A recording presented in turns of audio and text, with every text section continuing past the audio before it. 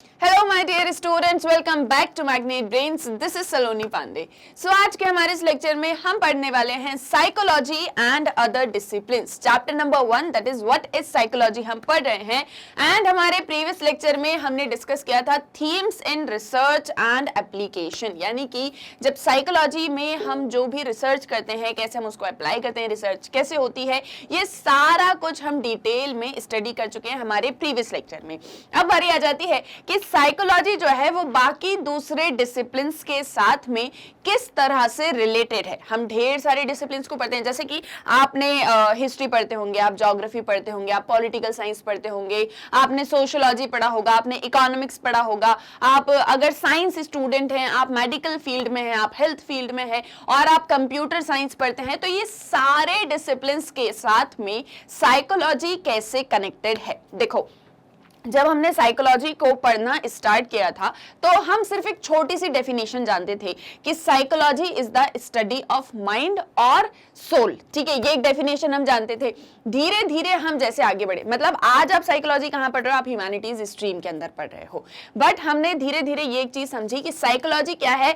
Psychology है एक young science, जिसे हम यंग साइंस कहते हैं। मतलब इन शॉर्ट साइकोलॉजी एक साइंस है। ठीक है, और हमने ये भी देखा कि ग्रेजुएशन लेवल में जब साइंस में ग्रेजुएशन किया जाता है, मतलब बीएससी एमएससी वगैरह, तो उसमें भी साइकोलॉजी को स्टडी किया जाता है। मतलब कि साइकोलॉजी बहुत सारे स्फीयर्स में यूज आता है, मतलब कि साइकोलॉजी का एक large area phenomena psychology cover करता है। ये एक चीज हमने डिस्कस करी। और जब धीरे धीरे आगे साइकोलॉजी में हमने जितने भी चीजें पढ़ी, देखो ये सारा कुछ हम रिकॉल कर रहे हैं जो हम हमारे प्रीवियस लेक्चर्स में ऑलरेडी पढ़ चुके हैं। तो हमने देखा कि साइकोलॉजी इकोनॉमिक्स में भी यूजफुल है, साइकोलॉजी कंप्यूटर साइंस में भी यूजफुल है, और साइकोलॉजी साइंस में तो यूजफुल है ही, artificial intelligence, social science, society में भी साइकोलॉजी यूजफुल है। मतलब कि साइकोलॉजी एक बहुत ही लार्ज एरिया फिनोमेना को कवर करता है। अब अगर हम एक कंपैरिजन करें या इन सभी डिसिप्लिन्स को एक साथ में डिस्कस करें, so any discipline which deals with people would definitely recognise the relevance of the knowledge of psychology.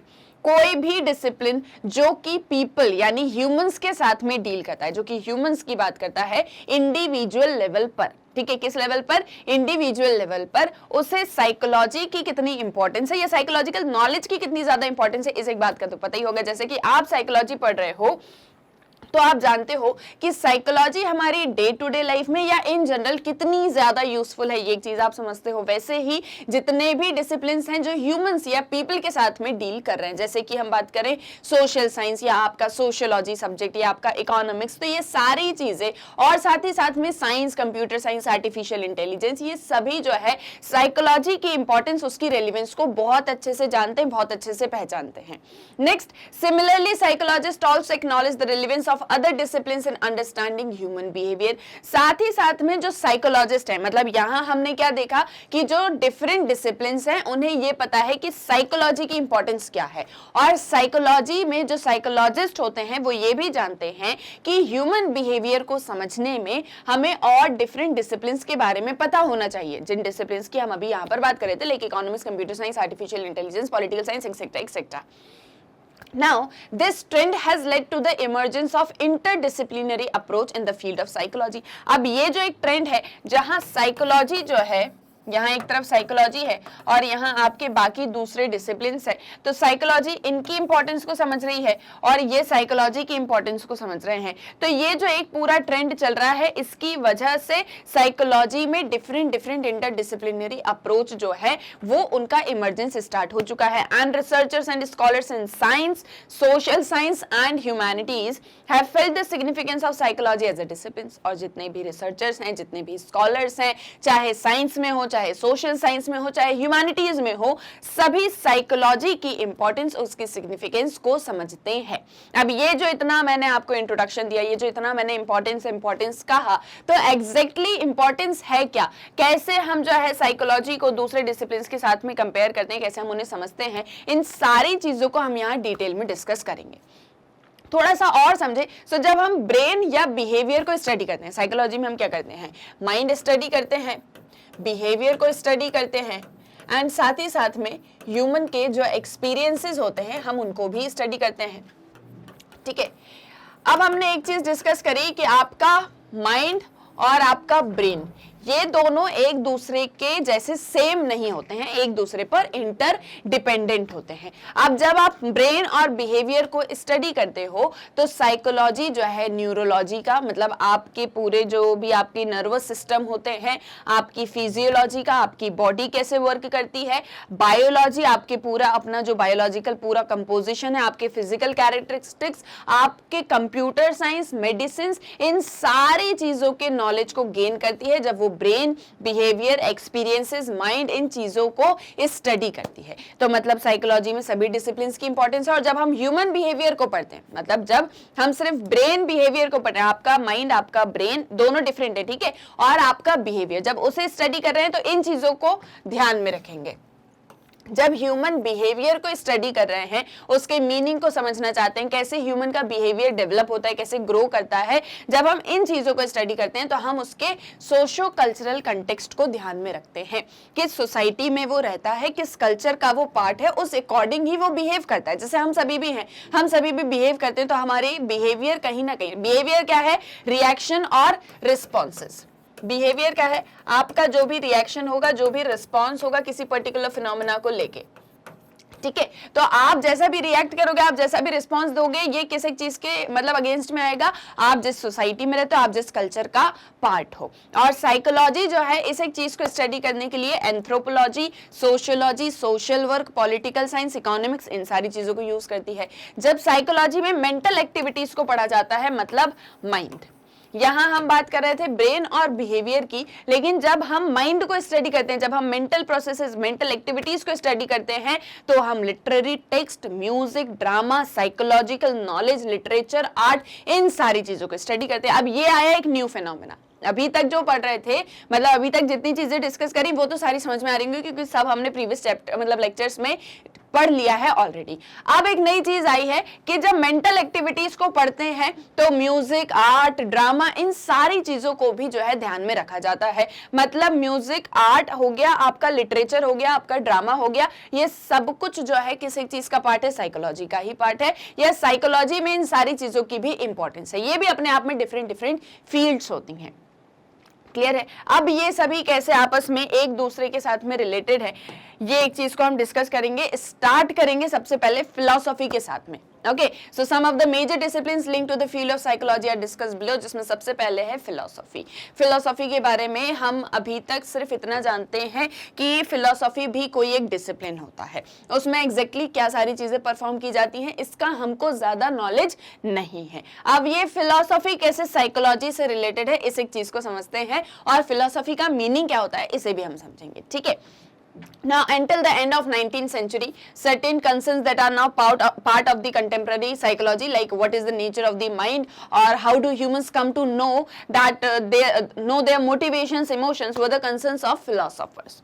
अगर हम बात करें 19th सेंचुरी के एंड तक, मतलब जब 19th सेंचुरी जो है एंड पर थी और 20th सेंचुरी स्टार्ट होने वाली थी, उस एक टाइम पीरियड की हम बात करें, तो जो आज के टाइम में कंटेम्प्रेरी साइकोलॉजी का पार्ट है कि ह्यूमन का माइंड किस तरह से वर्क करता है, ह्यूमन के माइंड का क्या नेचर होता है, कैसे ह्यूमंस अपने मोटिवेशंस, अपने इमोशंस को एक्सप्रेस कर पाते हैं या उन्हें फील कर पाते हैं, ये सारी चीजें फिलोसोफर्स स्टडी किया करते थे।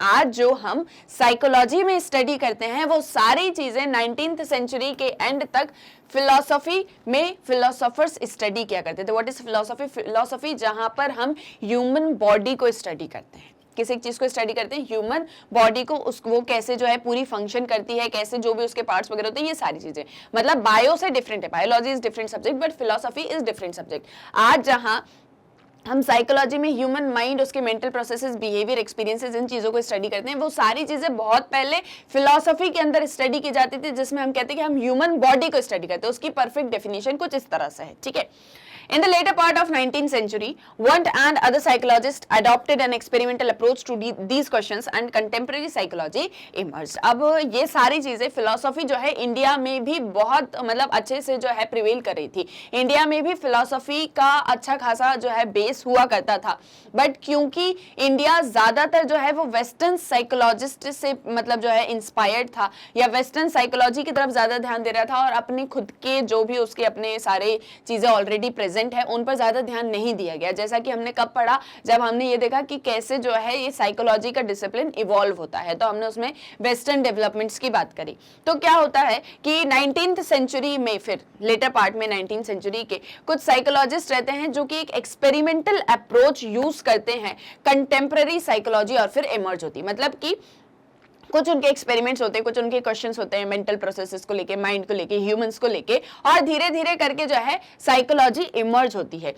Despite the emergence of psychology as a science, it greatly draws from philosophy, particularly with respect to methods of knowing and various domains of human nature। तो जो आज हम कहते हैं कि साइकोलॉजी एक यंग साइंस है, मतलब यहाँ पर ये एक चीज आपको एक्सप्लेन की जा रही है कि हमारे यहाँ पर ऑलरेडी फिलोसफी जो है वो एग्जिस्ट करती थी। अगर हम इस फिलोसफी में ही और ज्यादा जो है मतलब रिसर्च करते और अच्छे से इसको इन्वेस्टिगेट करते और अच्छे से इसमें एक्सपेरिमेंट्स करते, तो हम बहुत अच्छे से साइकोलॉजी इंडिया में डेवलप कर सकते थे। बट क्योंकि हम वेस्टर्न फिलोसोफर से ज्यादातर जो है मतलब इंस्पायर्ड होते थे और उन्होंने जो है मतलब ज्यादा इसमें रिसर्च करने स्टार्ट किया हमसे पहले, तो इस तरह से कंटेम्पररी साइकोलॉजी इमर्ज हुई। तो जो हम कहते हैं कि साइकोलॉजी साइंस से रिलेटेड है, उससे बहुत पहले से साइकोलॉजी फिलॉसफी से रिलेटेड है। तो अगर हम कहें कि साइकोलॉजी का मेन ओरिजिन कहाँ है, सेंट्रल ओरिजिन उसका कहाँ से है, सो वो है फिलॉसफी से, क्योंकि फिलॉसफी में बहुत पहले से ही कैसे जो है मतलब चीजों को सीखा जाता है, कैसे अंडरस्टैंड किया जाता है, कैसे ह्यूमन नेचर को समझा जाता है, ह्यूमन नेचर के वेरियस डोमेन्स क्या होते हैं, इन चीजों को ऑलरेडी मतलब पहले से ही जो है पढ़ा जाता था। तो इसीलिए ये कहा जाता है कि साइकोलॉजी जो है उसका मेन ओरिजिन कहाँ से है, मेन जो है हमको कहाँ से देता है, ये ग्रेटली कहाँ से जो है ये इन्फ्लुएंस हुआ है, so that is from philosophy. Clear है? तो फर्स्ट जो डिसिप्लिन हमने डिस्कस किया साइकोलॉजी के साथ में, दैट इज योर फिलोसफी, जिसमें 19th सेंचुरी के आसपास की हमने बात करी है।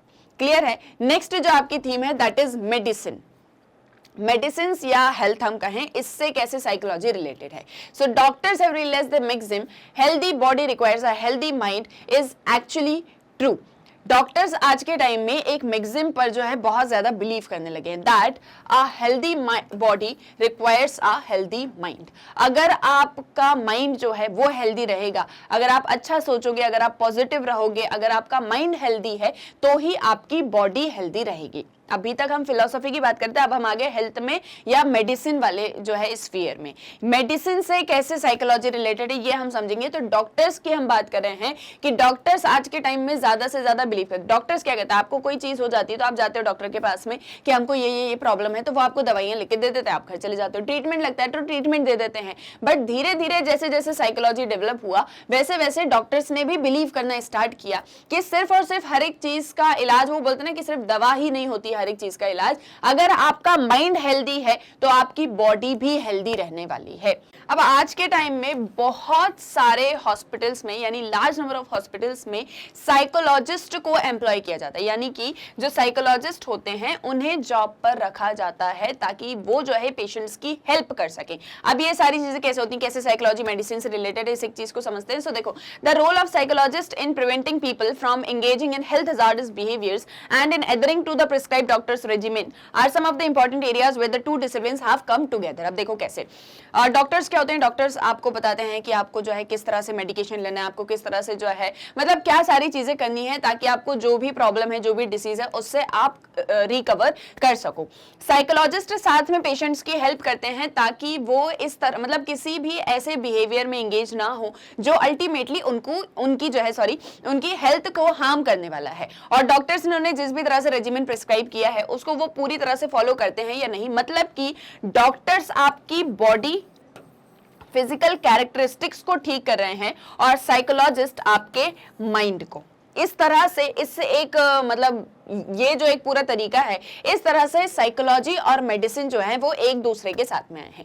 जैसे कि बहुत बार ऐसा होता है कि जो बीपी पेशेंट्स होते हैं, ठीक है, हाई बीपी जो पेशेंट्स होते हैं, जिनको हाई ब्लड प्रेशर का प्रॉब्लम होता है, उनसे ये कहा जाता है कि आपको ज्यादा से ज्यादा गुस्सा नहीं करना है, आपको ऐसी चीजों को अवॉइड करना है जहां पर आपको गुस्सा ना आए।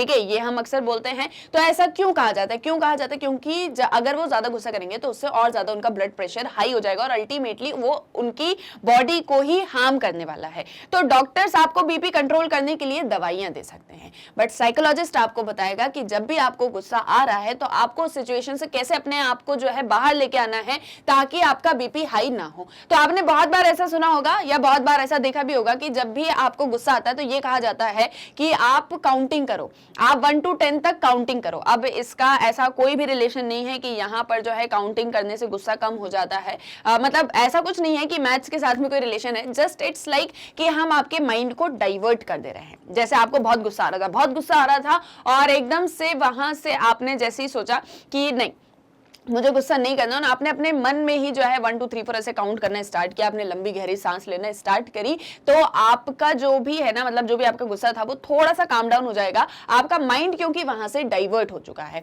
अगर आप गुस्सा करोगे तो अल्टीमेटली आपका बीपी हाई हो जाएगा और आपकी बॉडी को वो हार्म करने वाला है। तो इस तरह से मेडिसिन और साइकोलॉजी जो है वो एक दूसरे के साथ में रिलेशन में आई है। और इसी के साथ में जब हम ऐसे पेशेंट्स को ट्रीट कर रहे होते हैं जिनको कैंसर है, जिन्हें एड्स है, या जो कि फिजिकली चैलेंज है, या ऐसे पेशेंट्स जो कि आईसीयू यूनिट्स में होते हैं, इंटेंसिव केयर यूनिट्स में होते हैं, या जिनका किसी भी तरीके का कोई ऑपरेशन हुआ है, किसी तरह की कोई सर्जरी हुई है, तो उसके बाद में इन्हें साइकोलॉजिकल काउंसलिंग की बहुत ज्यादा नीड होती है। क्योंकि कहीं ना कहीं डॉक्टर्स दवाइयां तो दे देते हैं और दवाइयां देने के बाद में मतलब ये दवाइयां लेते भी हैं, बट माइंड जो होता है ना, दिमाग जो होता है ना, वो उसी चीज में लगा रहता है कि अरे यार हमको कैंसर हो गया, बताओ अगर मुझे कुछ हो गया तो मेरी फैमिली का क्या होगा, मेरी फैमिली का ध्यान कौन रखेगा, या मैं इतनी बड़ी परेशानी है, मुझे इतनी बड़ी डिसीज हो चुकी है, मैं कैसे इस चीज से कवर अप करने वाला हूँ या करने वाली हूँ। और ऐसे करके हम बहुत ज्यादा टेंशन ले लेते हैं चीजों का। आपने देखा होगा कि बहुत बार, जैसे आपने देखा हो कोविड टाइम्स वगैरह में हमने ये चीज पढ़ी हुई है, मतलब पढ़ी नहीं हुई है, देखी गई है। जब भी कोरोना टाइम आया हुआ था, जब भी कोविड टाइम्स जो है वो आया हुआ था, तो क्या एक चीज हो रही थी कि ये जो वायरस है ये ज्यादा से ज्यादा लोगों को स्प्रेड हो रहा था। तो जिन्हें भी ये वायरस हो चुका था उनसे कहा जाता था कि आपको क्वारंटाइन रहना है, एक छोटे से कमरे के अंदर आपको 14 से 15 दिन जो है क्वारंटाइन रहना है। आप किसी से मिलोगे नहीं, आप किसी से जो है मतलब किसी को देखोगे नहीं, उनके कॉन्टेक्ट में नहीं आओगे। आप फोन पे बात कर सकते हो बट आप उनके कॉन्टेक्ट में नहीं आने वाले हो, नहीं तो आपको भी वो वायरस जो है हो सकता है, मतलब आपको भी कोरोना हो सकता है। ठीक है, अब इस एक टाइम पे आपने बहुत ये चीज सुनी होगी। देखो क्या हो रहा था, पूरा एक टाइम पीरियड क्या चल रहा था, ज्यादा से ज्यादा लोग क्वारंटाइन है, जिसको भी वायरस हो चुका है उनकी फैमिली बहुत ज्यादा टेंशन में, कह रहे यार ये रिकवर कर पाएंगे या नहीं, क्या पता कहीं हम इन्हें खो ना दे।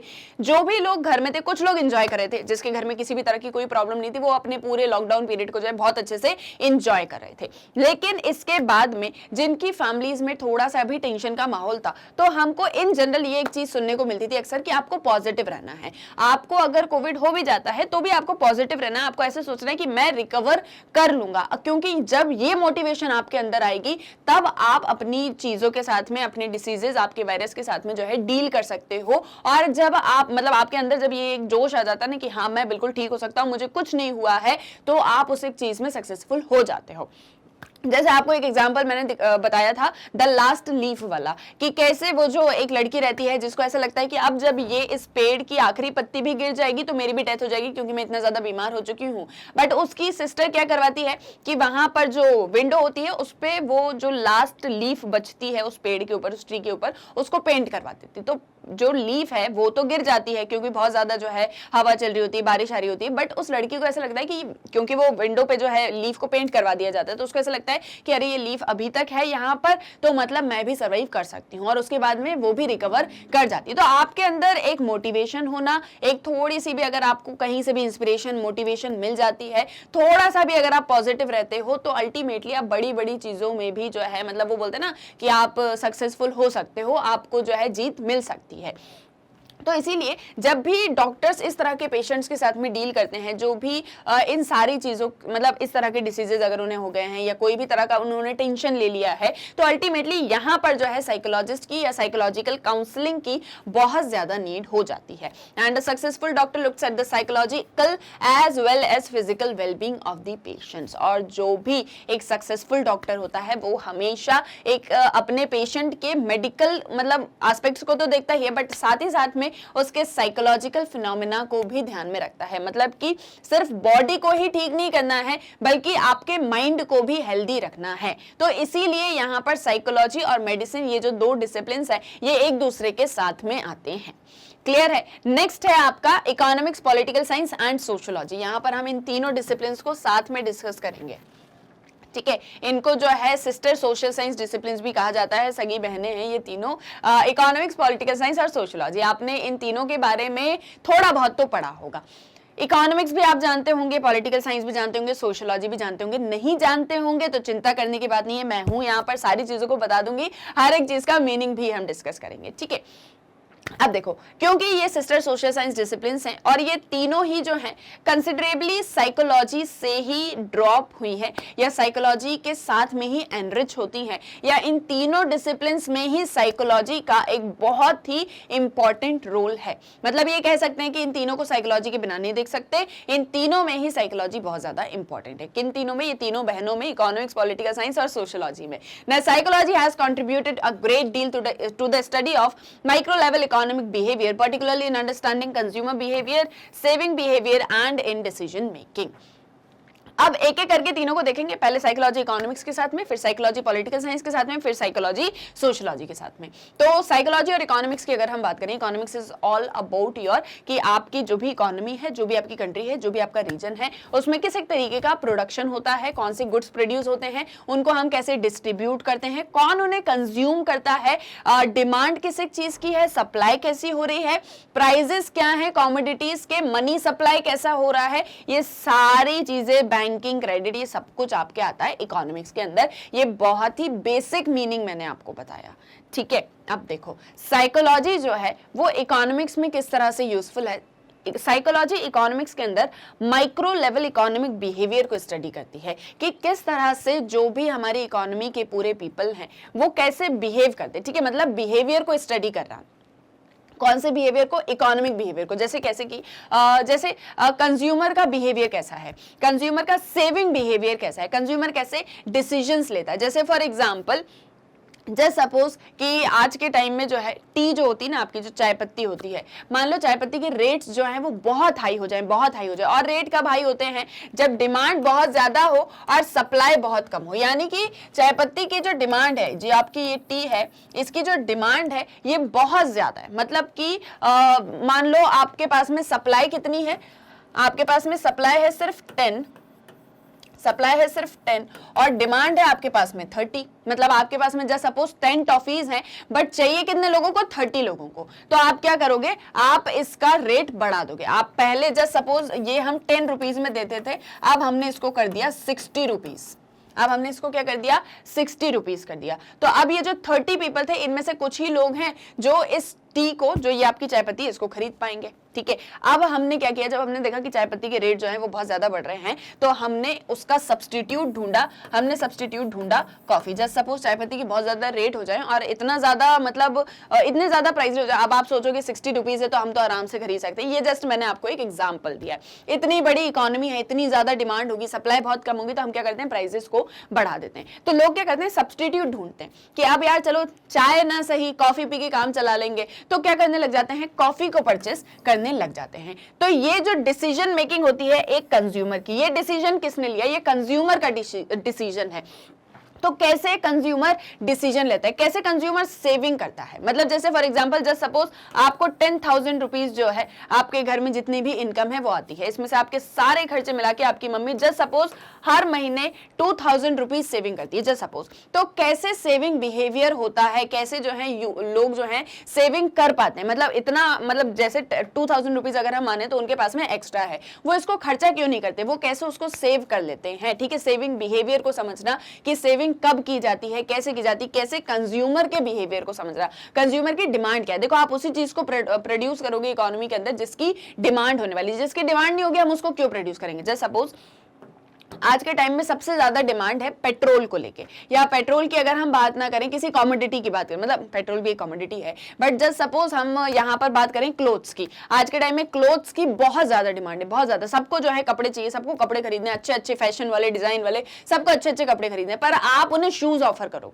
आप जो है उनको सारे फुटवियर्स ऑफर करो, तो क्या वो खरीदेंगे? नहीं। फुटवियर्स हैं उनके घर पे, उन्हें क्लोथ्स की रिक्वायरमेंट है। तो हमको किस एक चीज का प्रोडक्शन करना है? ज्यादा क्लोथ्स का ज्यादा प्रोडक्शन करना है। टेक्सटाइल इंडस्ट्रीज की बात यहाँ पर हो जाएगी। तो इस तरह से कंज्यूमर के बिहेवियर को समझना कि उसकी क्या डिमांड है, उसे क्या एक चीज चाहिए, और इन सारी चीजों को समझने के लिए किस एक चीज को समझना जरूरी है, माइंड को, कि उसका माइंड कैसे वर्क करता है, उसके मेंटल प्रोसेसेस, क्या चीज की उसको डिमांड है, वो कैसा रिएक्ट करेगा, वो कैसा रिस्पॉन्स करेगा। जैसे हमने देखा बिहेवियर की बात, तो जब टी के प्राइसेस ज्यादा हो गए तो उसने कैसे रिएक्ट करा कि उसने कॉफी खरीदना स्टार्ट कर दिया। तो उसके बिहेवियर को समझना, उसके माइंड को समझना, इस पूरे इकोनॉमिक एक्टिविटीज में, इस पूरे इकोनॉमिक प्रोसेस के अंदर वो किसका काम है, साइकोलॉजी का। तो इस तरह से साइकोलॉजी और इकोनॉमिक्स एक दूसरे से रिलेटेड हो गए। इसी में American economist have used data on consumer sentiments to predict economic growth. America के जो इकोनॉमिस्ट हैं उन्होंने एक कंज्यूमर सेंटिमेंट्स पर डेटा बनाया है कि कंज्यूमर क्या सारी चीजों को पसंद करता है, किन चीजों को कंज्यूमर पसंद नहीं करता, कंज्यूमर का टेस्ट कैसा है। जैसे मान लो कभी आप कोई चीज खरीदने जाते होगे किसी भी शॉप पर, जैसे सपोज अगर आप कपड़े ही लेने जाते हो तो जो भी शॉपकीपर होता है वो पहले आपसे आपका टेस्ट पूछता है, आपका प्रेफरेंस पूछता है कि आपको किस तरह के कपड़े मैं दिखाऊं, आप क्या चीज लेना पसंद करोगे। जैसे सपोज आपने कहा कि मुझे जो है जीन्स टॉप चाहिए, तो आपको किस तरह का टॉप आपको लेना है, आपको कैसे कपड़े, मतलब इन सारी चीजों को जब वो समझ लेता है तब वो आपके लिए आपको जो भी चीज चाहिए वो आपको दे पाता है। मतलब आपके टेस्ट, आपके प्रेफरेंसेस को समझना ये किसका काम है, साइकोलॉजी का। और ये सारी चीजें कहाँ यूजफुल होती हैं, इकोनॉमिक्स के अंदर। तो अमेरिका के इकोनॉमिस्ट ने जो है कंज्यूमर सेंटिमेंट्स पर डेटा जो है पूरा कलेक्ट किया है ताकि वो इकोनॉमी कैसे ग्रो होने वाली। अल्टीमेटली ये सारी चीजें कंज्यूमर जब चीजों को परचेस करता है, जब मनी का सप्लाई अच्छे से अच्छा होता है, जब सेविंग बिहेवियर होता है, तभी तो आपकी इकोनॉमी ग्रो करती है। तो इन चीजों का पता कौन लगाएगा, साइकोलॉजिस्ट। तो इसीलिए इकोनॉमी और साइकोलॉजी एक दूसरे से रिलेटेड है। And 3 scholars who have worked on such problems have received the Nobel Prize in Economics, namely H. Simon, D. Kahneman and T. Schelling। ठीक है, इन सभी ने जो है इकोनॉमिक्स और साइकोलॉजी के साथ में बहुत ही इंपॉर्टेंट अपना कंट्रीब्यूशन दिया है, बहुत ही इंपॉर्टेंट वर्क्स किए हैं जिसके लिए इन्हें नोबेल प्राइज भी मिला। अब इकोनॉमिक्स की ही तरह पॉलिटिकल साइंस भी साइकोलॉजी से ही ड्रॉप होता है। मतलब देखो क्यों हम बोल रहे हैं कि ये जो तीनों सिस्टर डिसिप्लिन्स हैं ये साइकोलॉजी से ही इमर्ज हुए हैं, क्योंकि इकोनॉमिक्स में भी साइकोलॉजी का ही सारा रोल है। जैसे सपोज जैसे मैंने आपको जो एक एग्जाम्पल दिया कि क्लोथ्स की रिक्वायरमेंट है, बट अगर आप शूज बनाने लग जाओ तो उन्हें कोई नहीं खरीदेगा, वो सारे शूज जो है शॉप्स पर जस्ट रखे रहेंगे। तो इसीलिए हमको जो है ह्यूमन माइंड को समझना, उसके मेंटल प्रोसेसेस को समझना बहुत ज्यादा इंपॉर्टेंट है। सेम वे पॉलिटिकल साइंस की अगर हम बात करें तो in understanding issues related to exercise of power and authority, nature of political conflicts and the resolutions and voting behavior, psychology is important। किस तरह से कौन सी पावर, कौन सी अथॉरिटी जो है वो रूल करेगी, पॉलिटिकल कन्फ्लिक्ट्स किन चीज़ों पर होंगे, कैसे उनको सॉल्व करना है, वोटिंग बिहेवियर को समझना, कौन वोट करेगा कैसे। जैसे for example just suppose India का हम एक एग्जांपल ले, इंडिया में जस्ट सपोज वोटिंग होने वाली है, कौन सी गवर्नमेंट आएगी, मतलब वोटिंग होना है अब, ठीक है। तो जो भी पार्टीज होंगी, जो भी पॉलिटिकल पार्टीज होंगी, वो क्या करती हैं, वो अपने लोगों के हिसाब से अपना एजेंडा बनाती हैं। जैसे उनको पता है कि आज के टाइम में जस्ट सपोज ये जस्ट एक एग्जांपल्स हैं, ठीक है, कोई भी पर्सनली नहीं लेगा इन चीज़ों को, ठीक है। जैसे सपोज आज के टाइम में हमको दिख रहा है कि इंडिया के जो पीपल हैं वो बहुत ज़्यादा जो है अपने अपने कल्चर को लेके, अपने अपने रिलीजन को लेके बहुत ज़्यादा जो है मतलब वो हो चुके हैं, क्या बोलते हैं उसको, बहुत कनेक्टेड फील करते हैं अपनी अपनी चीज़ों के लिए बहुत ज़्यादा। वैसे तो इंडिया में बहुत यूनिटी है, बहुत डाइवर्सिटी होने के बावजूद भी, बट हमने देखा, या कास्ट एक हमने एग्जाम्पल ले लिया, ठीक है, हमने देखा कि कास्ट एक एग्जाम्पल है और डिफरेंट डिफरेंट कास्ट के जितने भी हमारे यहाँ कास्ट ग्रुप्स हैं उसमें स्पेशली जो आपके डाउन ट्रोडन कास्ट रह चुकी हैं या फिर आपके जो लोअर सेक्शंस हैं या लो कास्ट हैं पूरी, वो सब चाहते हैं कि हमारा भी डेवलपमेंट हो, गवर्नमेंट हमारे लिए भी प्लान्स पॉलिसीज लेकर आए। अब गवर्नमेंट को पता है, जैसे फॉर एग्जांपल जैसे सपोज ये कोई पर्टिकुलर एरिया है, यहाँ पर इलेक्शंस होने हैं, यहाँ इलेक्शंस होने, और जस्ट सपोज इस पर्टिकुलर एरिया के अंदर कोई हम कास्ट ले लेते हैं, जस्ट सपोज एक्स कास्ट जो है उसके पीपल सबसे ज्यादा हैं, जस्ट सपोज 50% पॉपुलेशन जो है वो इन एक्स कास्ट के पीपल की है। तो यहाँ जो पॉलिटिकल पार्टीज आएंगी वो जो अपना एजेंडा लेके आएंगी वो स्पेशली इन एक्स कास्ट के पीपल के लिए लेकर आएंगे। जैसे सपोज 60% अगर इनका जो है यहाँ पर इनकी पॉपुलेशन है तो वो इनके लिए स्पेशली पॉलिसीज लेकर आएंगी, इन्हें जैसे भी प्लान्स पॉलिसी चाहिए, ये जिस भी तरह से अपने डेवलपमेंट चाहते हैं। जैसे सपोज यहाँ पर कोई स्कूल नहीं है तो पॉलिटिकल पार्टीज आएंगी कि हम यहाँ पर जो है स्कूल ओपन कर देते हैं ताकि ये जो 60% लोग हैं इनको जो है बहुत ही ज्यादा इससे बेनिफिट हो। तो अल्टीमेटली होगा क्या, जब इलेक्शंस होंगे तो ये 60% लोग उसी पार्टी को जो है वोट करने वाले हैं। तो वोटिंग बिहेवियर को समझना और साथ ही साथ में जो वोट देने वाले हैं उनको भी समझना, उनके माइंड को भी समझना, इसलिए साइकोलॉजी और पॉलिटिकल साइंस जो है वो एक दूसरे से बहुत ज्यादा रिलेटेड है।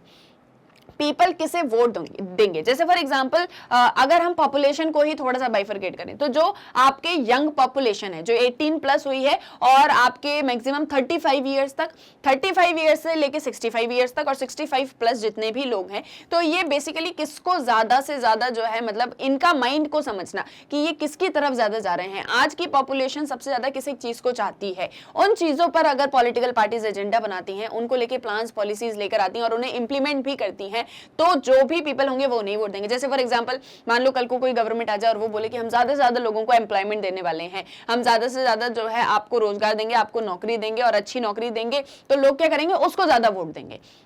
तो आपका एजेंडा, आपके पॉलिटिकल कॉन्फ्लिक्ट्स, उनको आपको कैसे आंसर करना है। और इतना ही नहीं, ये तो मतलब मैं आपको बहुत ही छोटे लेवल पर बता रही हूँ, इसके साथ में और भी डिफरेंट फिनोमेना, पूरा जो भी पॉलिटिक्स होता है उसमें सब कुछ माइंड गेम है कि आप कैसे दूसरों के माइंड को भी इन्फ्लुएंस कर सकते हो और कैसे जो आपके जो भी वोटर्स हैं, जो भी वोट देने वाले हैं, जो भी पॉलिटिकल पार्टी को पावर में लाना है, वो कैसे उन्हें पावर में ला भी सकते हैं और कैसे उन्हें पावर से हटा भी सकते हैं। तो ये सारा कुछ माइंड गेम है और इसके लिए साइकोलॉजिकल फिनोमेना को स्टडी करना या साइकोलॉजिकल नॉलेज होना बहुत ज्यादा इंपॉर्टेंट है।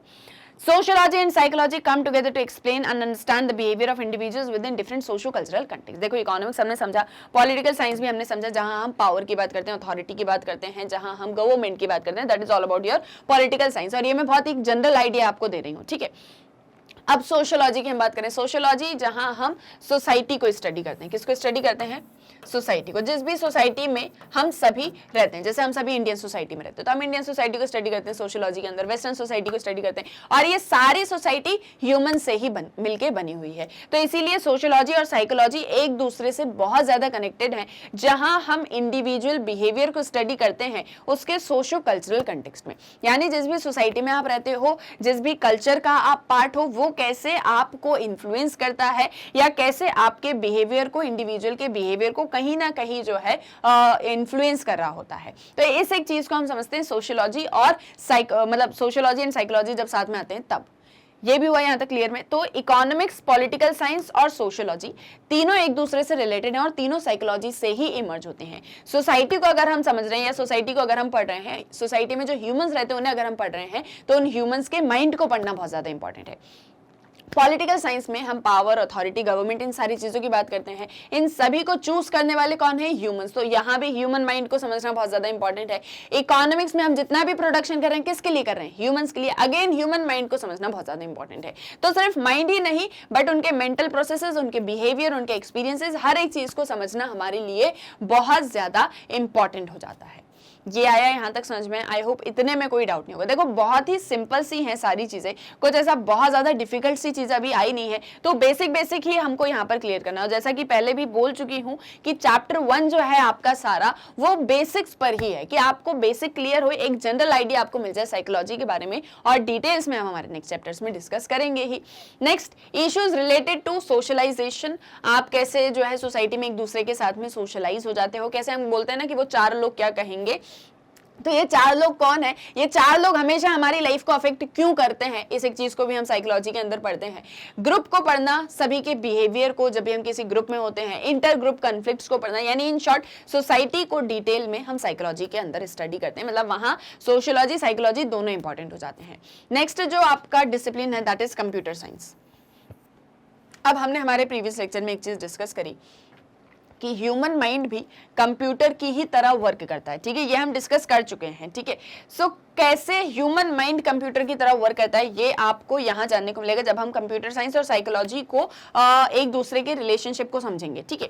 So from the very beginning the effort of computer science has been in mimicking the human mind. Starting से ही कंप्यूटर साइंस को हम क्यों लेके आए, कंप्यूटर साइंस को हम इसलिए लेकर आए ताकि हम ह्यूमन माइंड को, मतलब ह्यूमन माइंड की ही तरह जो है कंप्यूटर साइंस भी पूरा काम करता है। कंप्यूटर कैसे ह्यूमंस की ही तरह काम करता है ना, जैसे कि यहाँ पर क्या होता है, यहाँ पर चीज़ों को, इंफॉर्मेशन को कलेक्ट करना, डेटा को प्रोसेस करना, उसको जो है फिर डेटा को ट्रांसफर करना, फिर कम्युनिकेट, ये सारी चीज़ें आपके कंप्यूटर के अंदर आती हैं। सेम वे में one can see it in terms of how a computer is structured, its memory organised, sequential and simultaneous processing of information. जैसे कंप्यूटर है, कंप्यूटर में मेमोरी होती है, ठीक है, मेमोरी को ऑर्गेनाइज किया जाता है, उसका एक प्रॉपर सीक्वेंस बनाया जाता है, कैसे इंफॉर्मेशन जो है पूरी प्रोसेस होने वाली, ये सारी चीजें कंप्यूटर के अंदर आती है। इस तरह से कंप्यूटर का स्ट्रक्चर होता है। कंप्यूटर साइंटिस्ट और इंजीनियर जो होते हैं वो कंप्यूटर्स को सिर्फ और सिर्फ मतलब they are seeking to make computers not only more and more intelligent but also machines which can sense and feels. तो यहाँ कंप्यूटर का काम सिर्फ इतना नहीं कि एक ऐसी मशीन जो कि ह्यूमन माइंड की तरह काम करती है, जो कि सारा जो है आपका काम इजी कर देती है, जिसमें ज्यादा से ज्यादा टाइम नहीं मतलब जो है कंज्यूम होता है, जो बहुत ही इंटेलिजेंट है। तो यहाँ जो है कंप्यूटर साइंटिस्ट सिर्फ और सिर्फ कंप्यूटर्स को इंटेलिजेंट नहीं बनाना चाहते हैं, बल्कि ऐसी मशीन्स को बनाना चाहते हैं जो सेंस कर सकें, जो फील कर सकें। जैसे फॉर एग्जांपल रोबोट्स आपने देखे हैं बहुत सारी जगह पर, मतलब आज की स्पेशली 21st सेंचुरी की मैं बात कर रही हूं कि यहाँ पर जो है हमने रोबोट्स को भी देखा है जो कि ज्यादा से ज्यादा जो है मतलब ह्यूमंस की ही तरह वर्क करते हैं। रेस्टोरेंट में भी रोबोट्स होते हैं जो कि वेटर्स की तरह काम करते हैं, जो आपके ऑर्डर्स को सुनते समझते हैं, फील भी कर सकते हैं, सेंस भी कर सकते हैं। तो इस तरह से जो है कंप्यूटर साइंटिस्ट वर्क कर रहे हैं एंड इन दोनों ही डिसिप्लिन्स में डेवलपमेंट जो है उससे सिग्निफिकेंट एडवांसमेंट हमको देखने को मिलता है कॉग्निटिव साइंस में, जहां हम थिंकिंग, फीलिंग, अंडरस्टैंडिंग, परसेप्शन, इन चीजों की बात करते हैं। और कंप्यूटर अगर ह्यूमंस की तरह वर्क कर रहा है, और कंप्यूटर को कौन बना रहे हैं, कंप्यूटर साइंटिस्ट या इंजीनियर बना रहे हैं, तो उससे ह्यूमंस की तरह वर्क करवाने के लिए ह्यूमंस को समझना इंपॉर्टेंट है। और इसीलिए हम यहाँ साइकोलॉजी और कंप्यूटर साइंस को साथ में जो है समझते हैं और पढ़ते हैं। क्लियर है? इस तरह से आपकी साइकोलॉजी और कंप्यूटर साइंस एक दूसरे से रिलेटेड है। नेक्स्ट है आपका लॉ एंड क्रिमिनोलॉजी। लॉ और जितने भी क्रिमिनल केसेस होते हैं, उन क्रिमिनल केसेस को हम जिस भी तरह से स्टडी करते हैं, उन सारी चीजों में, लॉ में मतलब कानून में, इन सब में भी साइकोलॉजी रेलिवेंट है। अब ये कैसे है तो देखो, skilled lawyer and a criminologist requires knowledge of psychology in answering such questions as how well a witness remembers an accident, street fight or a murder। जैसे सपोज आपने ऐसे बहुत सारे एपिसोड्स देखे होंगे, सीरियल्स देखे होंगे, मूवीज देखी होंगी, या आपने मतलब सुना होगा, पढ़ा होगा कि जब भी जो भी लॉयर होते हैं, जो भी क्रिमिनोलॉजिस्ट होते हैं, जो क्रिमिनल केसेस को स्टडी कर रहे होते हैं, वो उन्हें साइकोलॉजिकल नॉलेज की बहुत ज्यादा इंपॉर्टेंस होती है।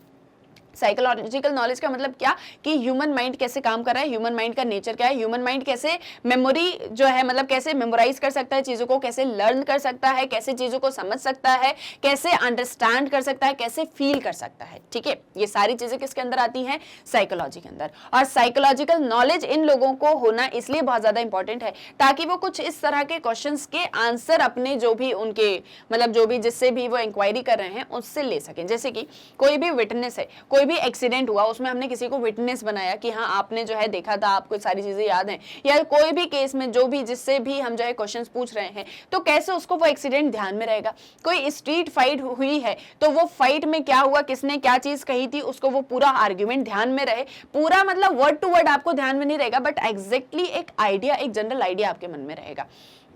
कोई मर्डर हुआ है, मर्डर कैसे हुआ, क्या हुआ था, ये सारी चीजें आपको कैसे मेमोराइज हो जाती हैं। जैसे फॉर एग्जांपल आप ही हैं, मान लो आप कहीं जा रहे थे या कहीं भी कुछ भी कर रहे थे, जैसे सपोज रोड पे कोई एक्सीडेंट हो जाता है, या कोई किसी को मार देता है, या कोई किसी का कोई सामान लेके जो है भाग जाता है, चोरी कर लेता है, कुछ भी ऐसे सारे जो केसेस होते हैं, क्रिमिनल केसेस जो होते हैं, अगर आपने वो चीज देखी तो आपको बहुत अच्छे से ध्यान में रहेगा। अगर जैसे सपोज आपके पड़ोस में किसी की लड़ाई हो रही है और आपने जाके सुना है तो आपको सारी चीजें ध्यान में रहेंगी, फिर आप घर आके अपने पेरेंट्स को बताओगे कि अरे ऐसा ऐसा हुआ था, फिर उन आंटी ने ये चीज बोली, उन आंटी ने ये चीज बोली, और फिर इस तरह से सारी जो है लड़ाई हुई थी। तो ये चीजें आपको कैसे ध्यान में रहती हैं, ये आपकी मेमोरी में कैसे रहती है, so that is all because of psychology. और इसीलिए जो भी लॉयर होते हैं, जो भी क्रिमिनोलॉजिस्ट होते हैं, जो क्रिमिनल केसेस को स्टडी कर रहे होते हैं, वो साइकोलॉजिकल नॉलेज को एक्वायर करके थे। इसी के साथ में हाउ वेल ही और she report such facts when taking the witness stand in the court. आपको जो भी विटनेस होता है, जैसे हम बोलते हैं ना कि जो भी कोर्ट केसेस हैं या जो भी लॉयर हैं, वो आपसे जिस भी तरह के क्वेश्चंस पूछे, आपको उसके लिए फुल्ली प्रिपेयर होना बहुत ज्यादा इंपॉर्टेंट है। जैसे ये चीज हमने देखी हुई है कि कैसे जो है लॉयर्स होते हैं, जो भी क्रिमिनोलॉजिस्ट होते हैं, वो आपसे इस तरह से घुमा के क्वेश्चन पूछते हैं कि आप अपने ही क्वेश्चन के आंसर्स में जो है फंस जाते हो, और फिर सारी चीजें आप जो है फैक्ट्स बोलने लग जाते हो। मतलब अगर कोई झूठ बोल रहा है तो, और अगर कोई सच बोल रहा है तो सच ही बोल रहा है। मतलब आप उससे ऐसा नहीं पूछोगे, जैसे सपोज कोई एक्सीडेंट हुआ था और मान लो आपको विटनेस बना दिया गया, आपने देखा तो ऐसे नहीं पूछेगा आप वहां पर क्या करने गए थे, या आपने कैसे एक्सीडेंट को देखा, आपने अपनी आंखों से देखा, 2 आंखों से देखा, ऐसे क्वेश्चन नहीं पूछे जाते हैं। और भी अलग तरह से आपसे घुमा फिरा के क्वेश्चन पूछेंगे ताकि आप सीधे जो सच है उस एक चीज को बताओ, किसी भी चीज को आप छुपा ना सको। तो ये चीजें, ये क्वेश्चंस हमें कैसे पूछना है, उसके लिए हमें ह्यूमन माइंड को जो है अच्छे से समझना होगा। What factors influence the decision which is taken by the jury? Jury जो भी डिसीजन लेती है, जो भी वहां पर होते हैं, जो भी आपके मतलब जज वगैरह होते हैं, वो जो भी डिसीजन लेते हैं उन्हें हम कैसे इन्फ्लुएंस कर सकते हैं। जैसे मान लो आपने बहुत बार ऐसे कोर्ट केसेस वगैरह में ये चीजें देखी होंगी। What are the dependable science of guilt and falsehood? आपको जैसे फॉर एग्जाम्पल जो भी क्रिमिनल है, जिसके ऊपर भी केस चल रहा है, उसने जो भी क्राइम किया है उसके लिए उसको बहुत ही गिल्ट है, उसको बहुत ही बुरा लग रहा है कि मैंने ये गलत किया है, तो ये उसके अंदर कैसे आएंगे? मतलब जहां पर किसी पर्सन ने मर्डर कर दिया और उसके बाद में उसको इस एक चीज का गिल्ट भी हो रहा है, तो ये चीजें कैसे होती हैं, इन्हें समझना किसका काम है? साइकोलॉजिस्ट का। और इसीलिए लॉयर या क्रिमिनोलॉजिस्ट को जो है साइकोलॉजिकल नॉलेज होना बहुत ज्यादा इंपॉर्टेंट है।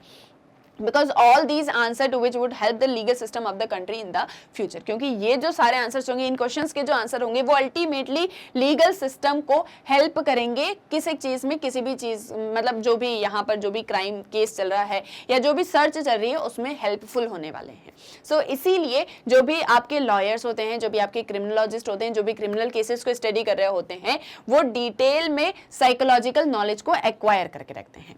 नेक्स्ट है आपका मास कम्युनिकेशन। मास कम्युनिकेशन या मीडिया की हम बात करें, so the print and the electronic media have entered in our lives in a very big way. Newspapers आप पढ़ते हो, मीडिया आप देखते हो, आपने बहुत बार जो है न्यूज़ देखी होंगी, मतलब टीवी पे, आप अगर फोन भी यूज करते हो या यूट्यूब पर ही देखते हो तो बहुत सारी न्यूज़ आपने देखी होंगी, बहुत सारी रिपोर्ट्स आपने देखी होंगी। ये सारी चीजें भी जो है हमारी लाइफ में एंटर कर चुकी हैं और इन सभी ने हमारी लाइफ को एक बहुत ही मतलब बोले अलग तरह से या एक बहुत ही रेडिकल चेंजेस हमारी लाइफ में लेकर आए हैं। अब कैसे मास कम्युनिकेशन और साइकोलॉजी एक दूसरे से रिलेटेड है, इस एक चीज को समझते हैं। देखो, they have a major influence on our thinking, attitudes and our emotion. Media का मेजर इन्फ्लुएंस होता है कि हम कैसे सोच रहे हैं, हमारे क्या एटीट्यूड्स हैं, हमारे क्या इमोशंस हैं। अब ये सारी चीजें कैसे होती हैं? So if they have brought us closer together, they have also reduced cultural diversity and the impact of media on the formation of attitudes of children and their behaviour is a domain where both these disciplines come together. Media हमें साथ में तो लेके आती है, हमें पास में लेके आती है, हमें हमारे साथ में कनेक्टिविटी जो है वो इंक्रीज करती है। आपने न्यूज़पेपर्स में, आपने न्यूज़ में जो है मतलब दूर दूर न जाने ऐसे एरियाज की भी जो है रिपोर्ट्स, ऐसे एरियाज की भी खबरें जो है पढ़ी हुई हैं, देखी हुई हैं, जिनके बारे में कभी आपने सुना भी नहीं था। एग्जैक्टली क्या ग्रेव इश्यूज हैं, इन सारी चीजों को मीडिया जो है रेज करती है। सभी के क्या सेंटिमेंट्स होते हैं, आपके जो ह्यूमन मतलब जो पूरी पॉपुलेशन है उनके क्या इमोशंस हैं, कहाँ क्या प्रॉब्लम्स हैं, ये प्रॉब्लम्स के क्या रीजंस हैं, अल्टीमेटली ये कैसे हमारी लाइफ्स को इम्पेक्ट करते हैं, इन चीजों को हाईलाइट करना मीडिया का काम होता है। और मीडिया जब चिल्ड्रन के एटीट्यूड्स, उनके बिहेवियर, इन चीजों को भी डोमेन में लेके आती है, तब साइकोलॉजी और मीडिया एक दूसरे से कनेक्ट, एक दूसरे से रिलेट करते हैं। Psychology also helps in developing strategies for better and effective communication. Media में आप जो भी, जैसे जो भी जर्नलिस्ट है, जो भी रिपोर्ट कर रहा है या जो भी किसी स्टोरी को कवर अप कर रहा है, तो उसको रीडर का इंटरेस्ट पता होना चाहिए कि वो किस एक चीज को सुनना या पढ़ना पसंद करेगा। अगर आप रिपोर्ट में कोई भी, जैसे फॉर एग्जांपल न्यूज़पेपर आता है, तो न्यूज़पेपर में एग्जैक्टली वही न्यूज़ होती हैं जिन्हें पढ़ना, जिन्हें सुनना आप पसंद करते हो, जो आपके लिए इंटरेस्टिंग हो, जो आपको जानना चाहिए। मान लो कल को ऐसी रिपोर्ट आ जाए कि शर्मा जी का बेटा जो है वो पार्क में घूमने के लिए गया था और ये ब्रेकिंग न्यूज़ बन जाए, तो क्या ये आपके कोई यूजफुल होगी? आपको ऐसा लगेगा क्या रिपोर्ट है यार, क्या न्यूज देके रखा है, इसका कोई मतलब मेरे लिए कोई यूज है क्या? नहीं। जो आपके लिए यूजफुल हो, जैसे फॉर एग्जांपल गवर्नमेंट ये पॉलिसी लेकर आ रही है, या कोई पर्टिकुलर जो है कोई क्रिमिनल केस हो चुका है जिसके बारे में हमको पता होना चाहिए कि इस तरह के केसेस जो है या क्राइम रेट जो है वो हमारे यहाँ पर बढ़ रहा है, तो उसे हमें कंट्रोल करने की जरूरत है। कैसे हम उसको कंट्रोल कर सकते हैं? स्पोर्ट्स में कोई कंट्रीब्यूशन हुआ है, म्यूजिक में, इन सारी चीजों को मतलब पूरे हर एक एरिया को कवर कहां किया जाता है? मीडिया के अंदर। तो उसमें रीडर के इंटरेस्ट को समझना किसका काम है? काम है आपकी मीडिया का। और ये तब आप समझ पाओगे जब आपको साइकोलॉजिकल नॉलेज होने वाला है। आप किसी भी स्टोरी को कवर कर रहे हो, मान लो कोई भी चीज हो चुकी है, कोई भी पर्टिकुलर स्टोरी है, तो उसमें रीडर के लिए जानना क्या इंपॉर्टेंट है, आपको बस वही पॉइंट्स हाईलाइट करने हैं, आपको फालतू की इंफॉर्मेशन उसमें नहीं देनी है। Since most stories deal with human events, knowledge of their motives and emotions is very important, and a story will have more impact if it is based on background of psychological knowledge and insight. तो जो भी story आप cover कर रहे हो उसमें ज्यादातर human events ही होते हैं, तो उनके मोटिव्स, उनके इमोशंस, इन सारी चीजों को समझना एक मास कम्युनिकेशन मीडिया में बहुत ज्यादा इंपॉर्टेंट होता है। नेक्स्ट फील्ड है आपकी म्यूजिक एंड फाइन आर्ट्स, जो मैं आपसे कह रही थी कि ये एक जो है बड़ी इंटरेस्टिंग सी फील्ड हमको यहाँ पर दिख रही है। अब कैसे म्यूजिक या जो आपके फाइन आर्ट्स होते हैं इन सारी चीजों से साइकोलॉजी रिलेटेड है, तो देखो music and psychology have converged in many areas. Scientists have made use of music in raising work performance.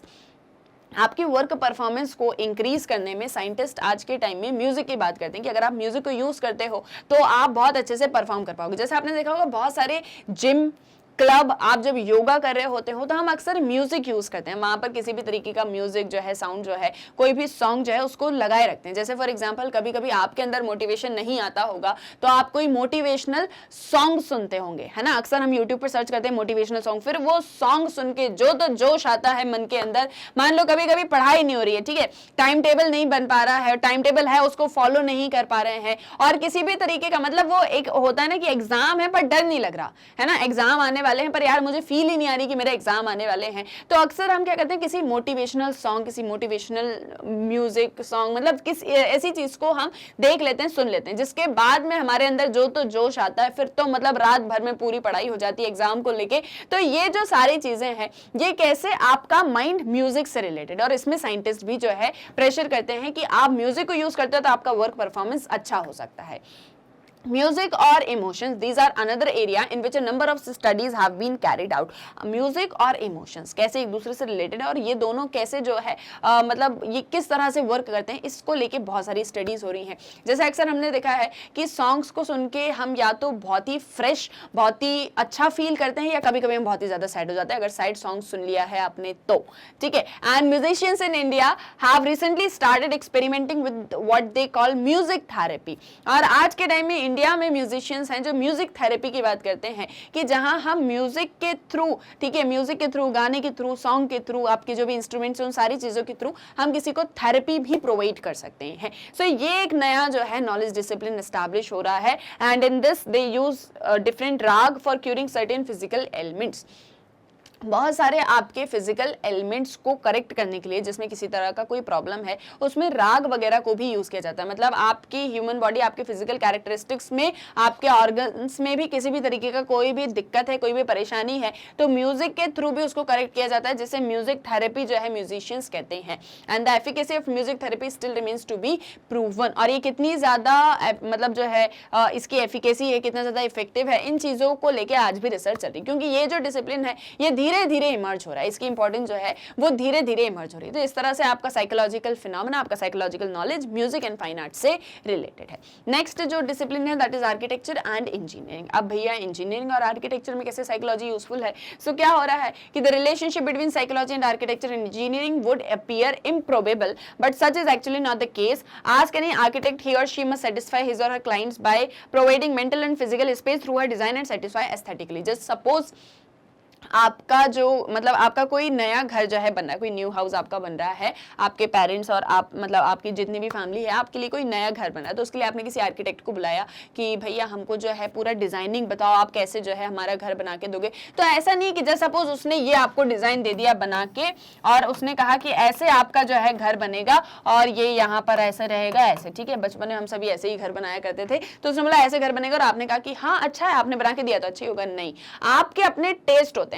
आपको अगर अपने घर में पेंट भी करवाना है ना, अगर आप व्हाइट वॉश भी करवा रहे हो तो आपका अपना एक कलर प्रेफरेंस होता है, आपकी अपनी एक चॉइस होती है कि मुझे ये वाला कलर अच्छा लग रहा है। ऐसा नहीं होता कि पेंटर ने आके बोला कि पूरे घर में पर्पल कलर करवा लो तो आपने पूरे घर में पर्पल कलर करवा लिया। वो आपका अपना टेस्ट, आपका अपना प्रेफरेंस, और उसे कौन समझता है? उसे यहाँ जो हम आर्किटेक्चर की बात करें वो पहले समझेगा, वो पहले अपने क्लाइंट का जो टेस्ट है, जो प्रेफरेंस है उसको समझेगा कि इसे क्या चीज पसंद है, ये किस तरह की चीज को पसंद करना चाहता है, फिर मैं उस अकॉर्डिंग अपना डिजाइन जो है वो बना के दूंगा।